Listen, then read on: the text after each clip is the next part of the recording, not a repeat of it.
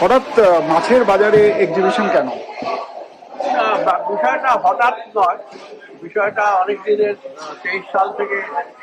এবং এই যে হোয়াইট কিউ সাদা বাক্সের মধ্যে ছবিকে পুড়ে দেওয়া, সেইটাকে আমি চাইছিলাম মুক্তি পেতে, স্টুডিও থেকে মুক্তি পেতে, হোয়াইট কিউ থেকে মুক্তি পেতে।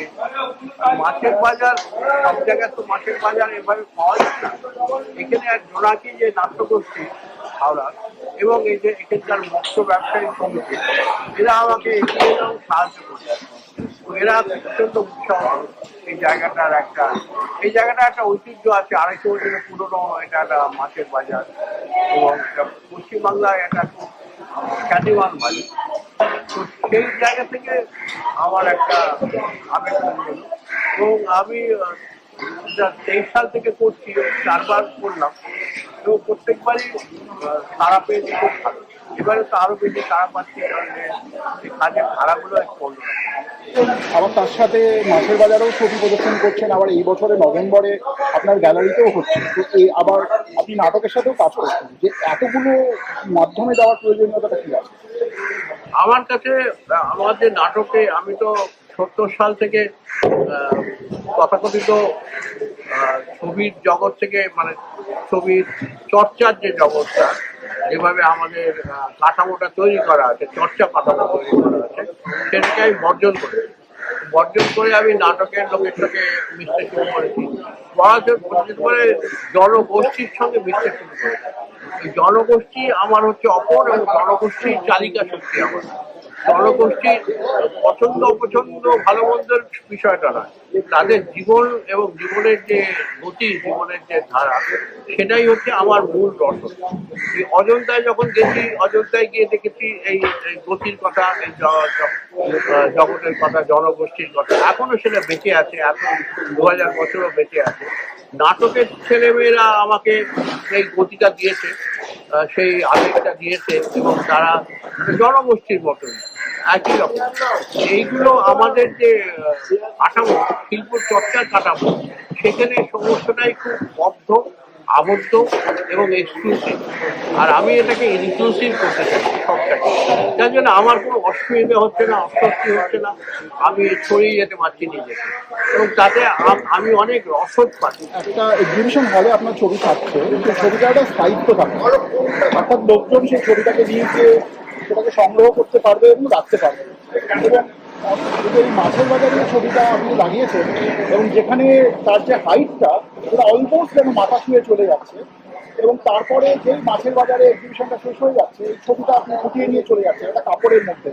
তো এর স্থায়িত্ব, শিল্পের স্থায়িত্ব, এটা নিয়ে কি আপনার কি ভাবনা? আমি শিল্পের মৃত্যুতে বিশ্বাস করি।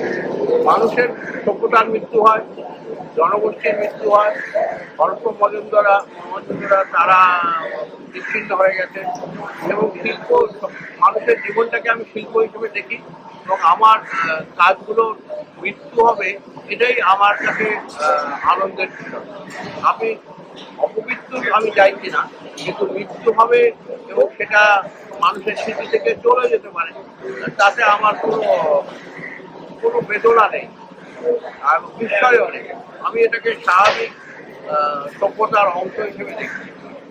এর মৃত্যু হবে, মৃত্যু হোক, এবং এই কনজারভেশন, প্রিজার্ভেশন, এটা একটা ক্যাপিটালিস্ট গণতান্ত্রিক দেশের চিন্তা, এবং এর সঙ্গে অর্থনীতি জড়িয়ে আছে, রাজনীতি জড়িয়ে আছে। হচ্ছে যে যখন আপনি একটা ছবি আঁকছেন বা অন্যান্য কোনো কাজে যোগ দিচ্ছেন, সেই পার্টিসিপেশনের একটা ভ্যালু, মানিটারি ভ্যালু আপনি হয়তো পাচ্ছেন বা পাচ্ছেন না, কিন্তু একটা মানিটারি ভ্যালু তৈরি হচ্ছে। এখানে মাছের বাজারে তো আপনার নিশ্চয়ই এই ছবিগুলো বিক্রিও হচ্ছে না, এইগুলো লোকে দেখছে, এবং আপনি সব কাজকর্ম ছেড়ে এই একটা একটা ঘর মাধ্যমে আপনার কোনো কমফর্টগুলো সমস্ত কম্প্রোমাইজ হচ্ছে। এবং আপনার তাদের কোনো আর্থিক কোনো কিছু ব্যাপারও নেই, এবং অন্য কেউ আর্থিকভাবে কিছু পাবে তারও কোনো জায়গা নেই। তো এইটা কেন আপনি এর মধ্যে নিজেকে বুঝতে হবে যে আমরা যে দর্শনে এখন বিশ্বাস করতে বাধ্য হচ্ছে, এবং বিশ্বাস করতে ভালোবাসছি। এই ক্যাপিটালিস্ট যে মন, তার যে ধরন, তাদের যে নিয়ন্ত্রণ করার ক্ষমতা এবং ব্যবস্থা, সেটাকে আমরা এড়িয়ে যাচ্ছি শুধুমাত্র ক্রাউড ফান্ডিং করে আমরা এই অঞ্চলে মাইকিং করেছি, প্রচার করেছি এবং সমস্ত স্থানীয় লোকরা যারা সামান্য ব্যবসায়ী রিক্সা চালাচ্ছে তারা যতটুকু সমর্থ তারা দিয়েছে। আমরা এই অর্থনীতির উপরে নির্ভর করে আমাদের এই সংস্থাটা চলছে, অর্থাৎ ক্রাউড ফান্ডিং হচ্ছে এবং তাদের একটা দায় জন্মাচ্ছে এবং তারা অংশ নিচ্ছে। তাদের অংশ নেওয়াটা আমাদের কাছে খুব জরুরি, আর্থিক দিক থেকে নয়, মানসিক দিক থেকেও তারা এর একটা অংশ হয়ে যাচ্ছে।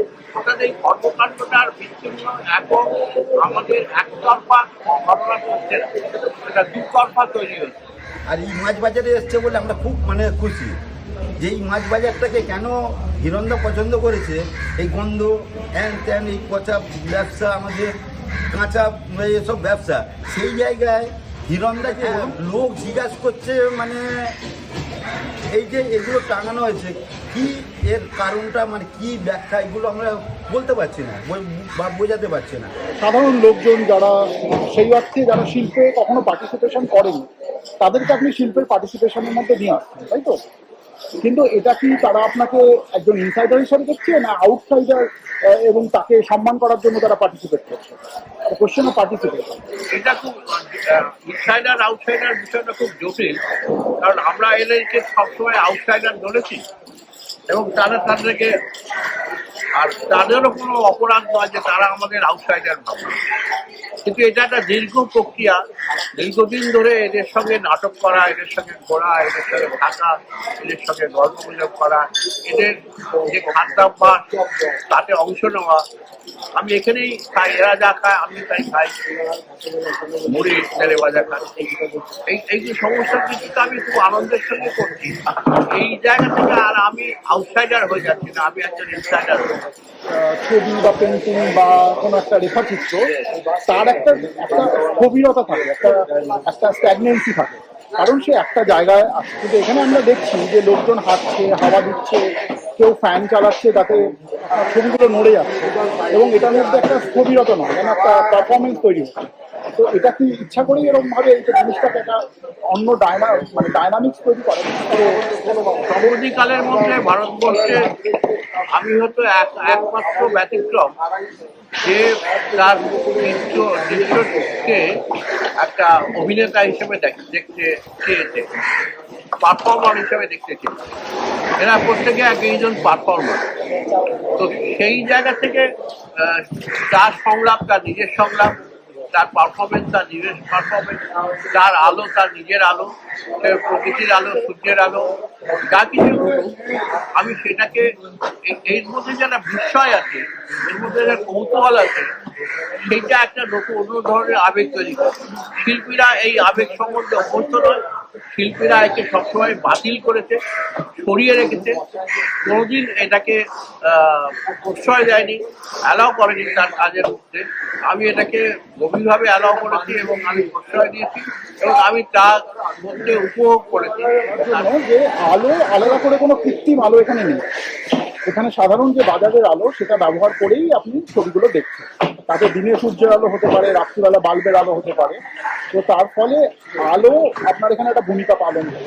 এবং এখানে আরো যে স্বাধীন, আমার চিত্র রচনাও যেরকম স্বাধীন, আলো সেরকম স্বাধীন, তার আকাশ সেরকম স্বাধীন, তার রং সেরকম স্বাধীন, তার কোনো স্থবিরতা নেই। আমি মোবিলিটিকে খুব গুরুত্ব দিয়েছি, অস্থির অবস্থাটাকে খুব গুরুত্ব দিয়েছি। সেই যেগুলো চিরকাল জাদুঘরে আটকে রাখা হয় তার আমি একটা প্রত্যক্ষ বিরোধিতা করি। ভেবে আটকে রাখার মানেই হচ্ছে একটা কাঠামোর অংশ করে দেওয়া এবং সেই কাঠামোটাকে নির্দিষ্ট করে দেবে এবং সেইভাবেই সে কনজিউম